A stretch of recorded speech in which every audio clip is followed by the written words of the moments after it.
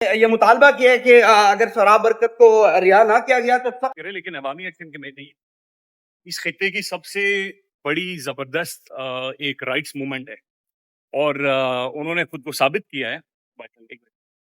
और ये वो है एक प्लेटफॉर्म और बहुत बड़ा और एक बड़ा रेप्यूटेड प्लेटफॉर्म।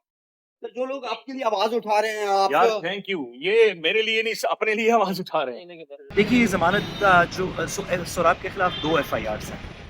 एक पहली जिसमें उनको शुरू में गिरफ्तार किया गया था 179 ऑफ 2025 2025 की FIR।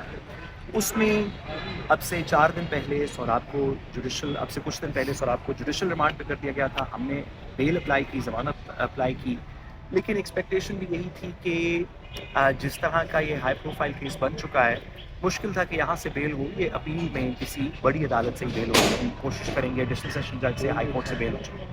तो इसके अंदर तो कोई ऐसी सरप्राइजिंग बात नहीं है।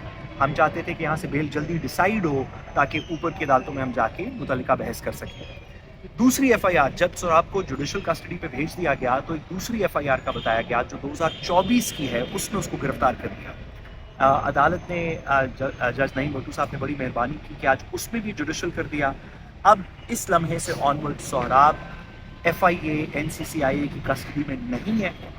वो अब जेल जो कैंप जेल है वो वहाँ पे उनको मुंतकिल कर दिया गया है। FIA से हमने कंफर्म भी किया है और अब हम इनका बेल प्रोसेस शुरू करेंगे और हमें यकीन है कि कानून और आइन के मुताबिक जो आगे की सीनियर अदालतें हैं वो इसको मेरिट्स पे इसका फैसला करेंगी और सोराब के खिलाफ कोई ऐसी एविडेंस नहीं है। आज भी जैसे कि आपने बहस भी देखी, आज भी FIA के पास जवाब कोई नहीं था, लेकिन क्योंकि इस तरह के केसेस में कभी कभी एक से ज़्यादा प्रोसीडिंग्स होनी पड़ती हैं, तो हम ये एक्सपेक्ट कर रहे थे कि यहाँ से बेल तो नहीं मिलेगी, लेकिन अगर यहाँ से जुडिशल करके उसको जेल भेज दें, FIA की कस्टडी से निकाल दें, तो हम आगे इंशाल्लाह ताला बेल्स करवा लेंगे। इंशाल्लाह अगले चंद दिनों में, अगले हफ्ते के अंदर इसमें कुछ अच्छी सर FIA ने जो है ट्रांजिट रिमांड के बगैर किसी भी मुलजिम को एक शहर से दूसरे शहर लेकर जाना, ये कितना बड़ा ब्लंडर है, कितनी बड़ी कानून की खिलाफ वर्जी है। और इस पॉइंट पर क्या अब कानून और इंसाफ करने वाले इदारे खामोश रहेंगे?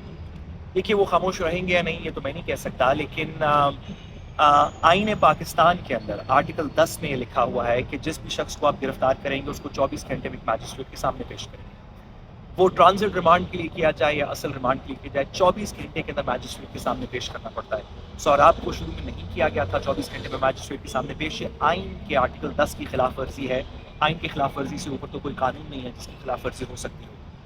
इस बात को हम इस्लामाबाद हाई कोर्ट जिनकी टेरिटोरियल जुरिस्डिक्शन से ये हुआ था, उनके सामने हम इस बात को एजुकेट कर रहे हैं। इंशाल्लाह हमें उम्मीद है कि इसमें अच्छा फैसला। साहब FIA के एहलकार ने कहा कि हमें लैपटॉप बरामद करवाना है जो कि siyaset.pk के ऑफिस के अंदर है। आप नहीं समझते कि सोहराब सिर्फ बहाना है, siyaset.pk टारगेट है? देखिए, जो दूसरी FIR, पहली FIR तो सोहराब के एक इंटरव्यू की वजह से थी कि उन्होंने एक सियासी शख्सियत का इंटरव्यू किया। सोहराब के खिलाफ तो कोई एलिगेशन नहीं थी। इंटरव्यू के जवाब में जो बातें की गई उस सियासी शख्सियत की तरफ से, उसके ऊपर असल FIR थी, तो सोहराब के ऊपर कोई एलिगेशन नहीं थी। दूसरी FIR के अंदर दूसरी FIR किसी इंटरव्यू की बेसिस पे नहीं है, वो है ही Siyaset.pk के खिलाफ। अदील हबीब साहब उसके अंदर मेन एक्यूज हैं जो Siyaset.pk के ओनर हैं, और साथ ही साथ लिखा हुआ है कि सोहराब और दीगर लोगों को का क्या गिल्ट है क्या नहीं। इफ़ एनी अल्फाज FIR में लिखे कि क्या उनका कोई कसूर है, इफ़ एनी ये इन्वेस्टिगेशन में डिटर्मिन करेंगे।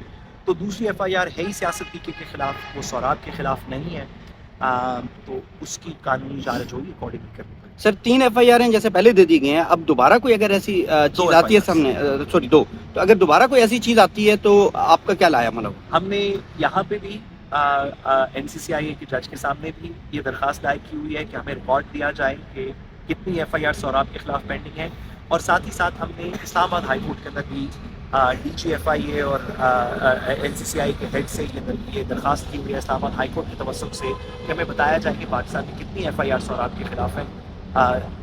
इस वक्त तक हमारी नॉलेज में बस यही 2 थी, वो भी यहाँ पे अदालत में आके इफेक्टिवली अरेस्ट के बाद पता चली थी 2 FIR थी। पहले तो बिल्कुल पता नहीं था कि कोई कार्रवाई भी है या नहीं है।